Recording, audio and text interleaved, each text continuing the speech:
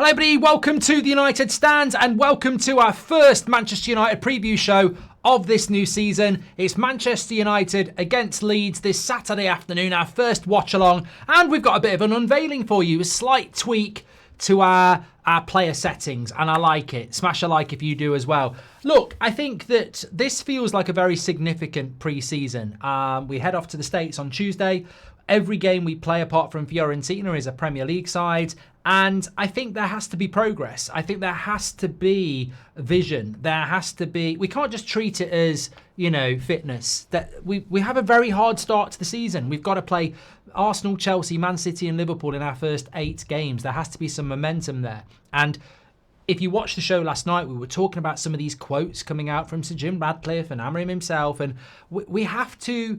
Look, they believe they can build something over a number of years. I believe that's based on a model that doesn't exist anymore. But there has to be progress in both models, whether I'm right, you're right, or they're right. So we need to see progress in pre-season. As much as pre-season doesn't matter, I look at that team and I think, well, I'm leaving people out already, which shows a bit of squad depth. Is that going to be the team? Is it good enough? Etc. So I want to see in pre-season tweaks. I want to see challenges.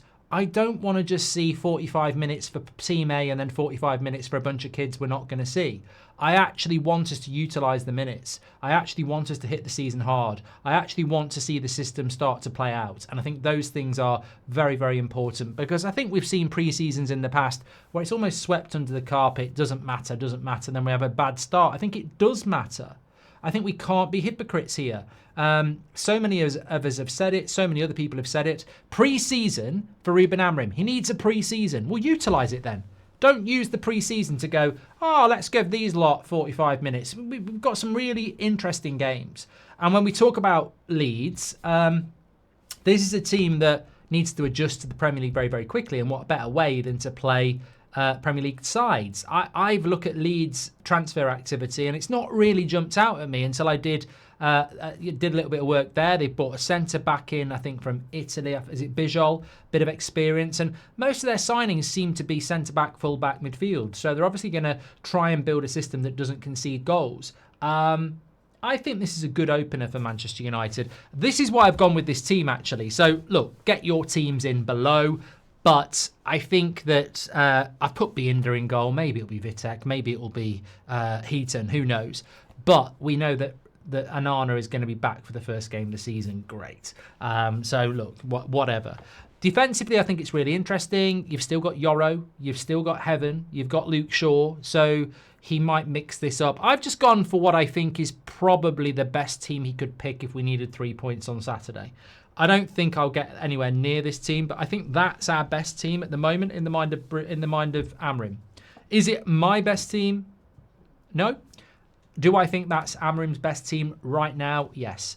I think he will go with Maguire. I think De Ligt and Mazraoui as the 3. Yes. But where does Yoro fit in? Heaven had a good end to the season, but I think that probably is his 3 centre-backs. But look, Yoro, Heaven, they're good players. So it shows a bit of depth. I'm not worried about the centre-back situation. You've still got Martinez to come back as well. Luke Shaw, if he's fit, can play there too. Dorgu is his signing.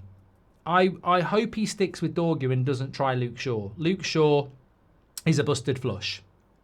He's like thin ice. He's a thin ice player. What's the point? He's going to fall through at some point. Dorgu was your first signing. Dorgu is a work in progress. Dorgu is the play to go for. And I'm hoping that he's going to have a good second season. Dalot, as we know, he loves Dalot. So Dalot, right wing back, I think that makes sense until Mbeumo comes in. And then we might see something different.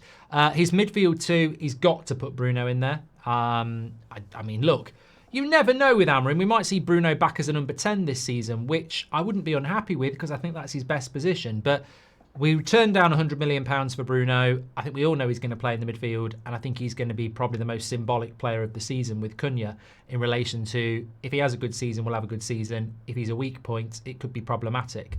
I think he'll go with Casemiro. I think he values Casemiro over Agate, and I think Casemiro would be in his best 11 at the moment.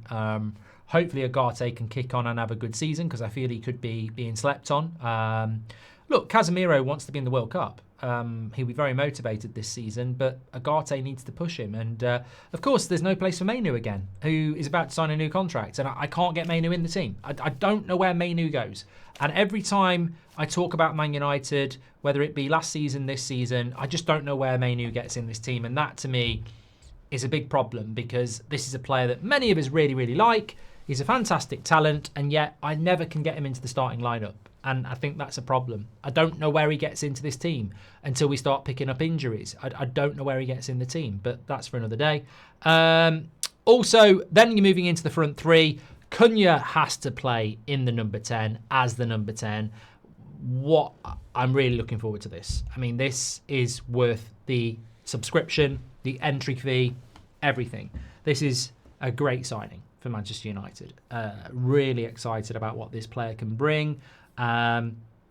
It's going to be a different world to seeing Garnacho, Sancho, Anthony, Rashford in that position. I think he's a very talented player, ready to step up, who's hungry, and I can't wait to see him in a Manchester United shirt. So massively excited about Cunha. I think Ahmad needs to play next to him, which is exciting as well, because we don't have Mbeumo at the moment, and I certainly wouldn't want to see Mount there. And I think we'll go with Xerxes up front, actually. It looks like he's having a good pre-season. And I think he will go with Xerxes. But there's a lot of players that aren't on that pitch. We mentioned Yoro. We mentioned Heaven. We mentioned Mainu, Agate, Luke Shaw. But there's also Mount. There's also Rasmus and Mbeumo to come in as well. So look, it's the start of the season. We're not 3 months in. I would expect to be picking an 11 and leaving people out. When the season starts, form, injury will kick in, and we'll be suddenly going, who's going to be on the bench? So it's not surprising at the start of the season to have lots of options. But as you can see, we do. I suppose if I think that that's Amorim's best team, and obviously Mbeumo will come into it, where do I think that team finishes? Look, on pure vision, and what I mean is names, reputation, this is a team that should be challenging for 5th. Not 4th, not 3rd, not 2nd, not 1st. I still keep using the word 5th, but I think that's the limit, and I think that's a very optimistic.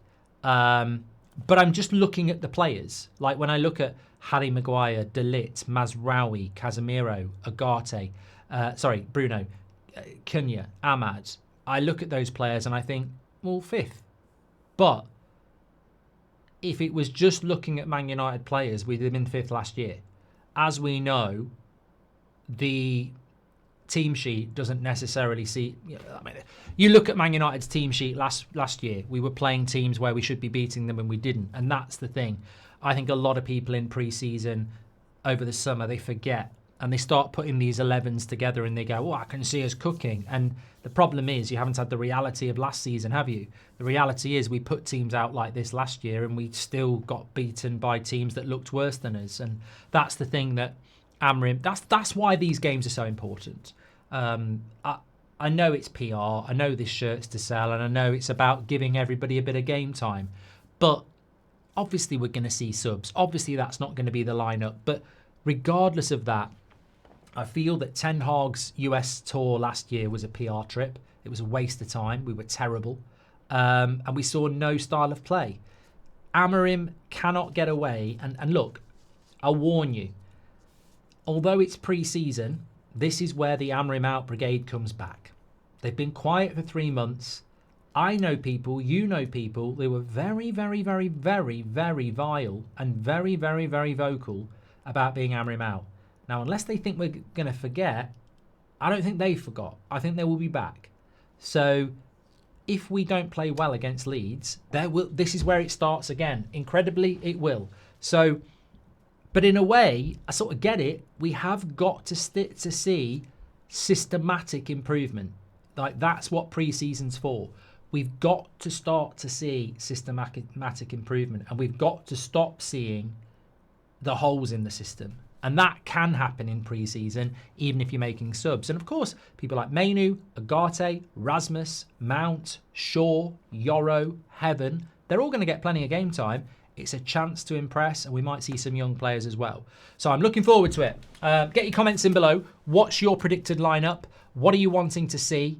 Where do you think the improvements still are in that team? I still look, they're wearing a different colour shirt. That, to me, is more of a priority at the moment. I think the goalkeeper is essential. That's the weakest area. Xerxes may not be a striker. Rasmus may not be a striker. But with Cunha and Mbermo and Ahmad behind them, they might get more service.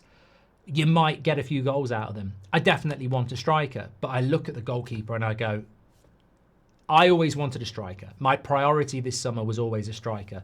But I am looking at the goalkeeper now when I'm building these teams and I'm going, that terrifies me. It really does. Thanks everyone for watching. Make sure you smash a like and subscribe to the channel. Get involved as always. Let us know where you're watching from. And I'll speak to you on the next one. Thank you very much.